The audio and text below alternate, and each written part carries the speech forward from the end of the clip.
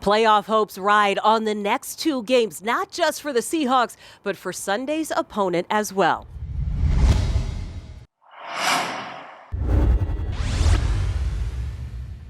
Hello, 12s. I'm Jen Mueller with a preview of the Hawks game against the Jets. Both teams are 7-8 and need a win to keep their playoff chances going. Everybody knows what it is. You know, 2 games, must wins. But I think you got to approach it just like every other week.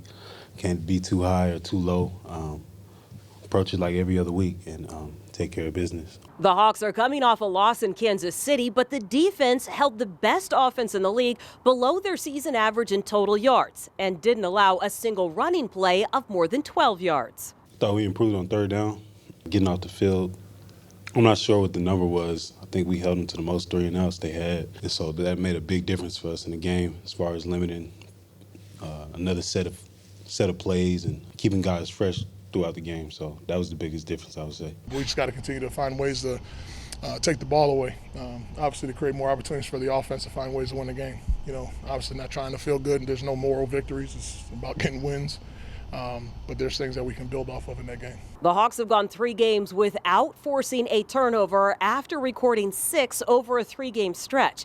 It is not only a point of emphasis this week, but part of a bigger storyline in a game that features 2 of the best young corners in the game, Tariq Woolen and first-round pick Sauce Gardner.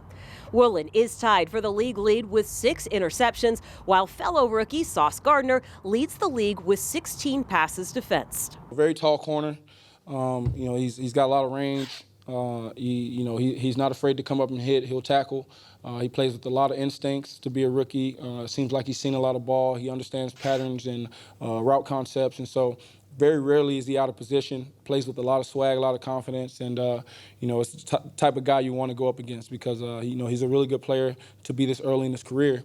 But, we look forward to the challenge. It's really exciting and here's one guy's on top of the draft board and another guy wasn't. Sauce was, everybody knew he was going to be a terrific player, and he's done a fantastic job to just step in. I mean, his numbers are great and so comfortable and so poised about the way he plays and all. He's playing with a really good guy on the other side too. DJ Reed has played really well this year and very much in the in the mold that we had seen him.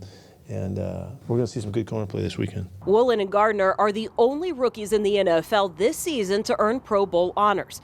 Kobe Bryant knows firsthand how talented both are after playing opposite Sauce in college. They're 2 different completely players. They're both unique in their own ways.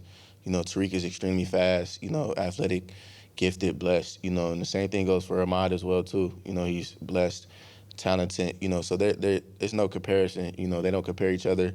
They actually talked at the combine. They're actually pretty cool. So, we can get that out there. There's no comparison between us 2. They're both great players. It's just good that those guys came in together and they can always, battle against each other, for the coming years. But they're very similar to me in the way that they play and how hungry both of them are. Gardner's play is part of the reason the Jets allow the 5th fewest passing yards in the league, just 195 a game. Points are tough to come by against the 3rd best overall defense that's allowing just under 19 points a game. They also lead the league in QB hits, and that is all without much blitzing thanks to a talented front 4 led by Pro Bowler Quinnen Williams and his season-high 12 sacks. He's starting to break out, really be what they believed he'd be. And when you look at him, man, he's just playing hard. He's very physical up front. He seems to be, have a bunch of different pass rush moves, but for the most part, he's just shocking and shedding, and he's probably one of the best at it. He's really, just getting hands on the guys and trying to move guys. And so, he's another guy that we got to be focused on and make sure we know where he is so that we can protect the right way. They're a really stout defense, similar to the 49ers, obviously, with Robert Saleh being their head coach and former 49ers guy. So they're penetrating front, and they like to get after the quarterback. But we got some stuff coming for them, and we'll be ready. The return of Tyler Lockett can help the Hawks stay on schedule. Tyler's great. I mean, he's been great all year for us. Been waiting for an opportunity, and he's going to step up and fill that role. I think he's going to do a great job, and we have nothing but confidence in him. A consistent run game can keep the Jets' pass rush at bay. Yards on the ground showed up in the second half of last week's game against KC. we built a lot of confidence. You saw that first drive in the second half, getting Ken going, and that opened up the entire playbook. Kenneth Walker III is tied for the most touchdowns by a rookie this season with 9.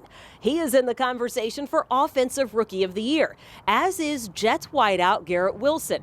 He leads all rookies in receptions and receiving yards. Yards after the catch, he's obviously a great receiver. I played against him in college as well, too, so I always respected his game. I knew he was going to be a great receiver coming into the league, but ultimately we just have to play our defense and, play the game that we're capable of playing. The Jets are among the lowest scoring teams in the league, averaging just about 19 points a game. Now, some of that is inconsistency at quarterback. Mike White will make his 4th start of the year after returning from a rib injury. It seems to have really taken over well. I mean, he must be a remarkable kid, for this early in his career to just command the respect and to demonstrate the leadership, obviously, and toughness too. He's been hit pretty good a couple times, and he keeps bouncing back. So he's got all the throws. The offense looked really, really clean with him playing. So I can see, just looking at the film, why they're comfortable with him playing. When they have Mike White playing, they seem more settled, calm. You can tell they have a lot of confidence in him when he's out there and running the offense. They are a physical team up front. They do want to make it a point to go and run the ball. Kickoff is set for 1:05 at Lumen Field. You can watch that game on Fox 13 or listen on the Seahawks Radio Network.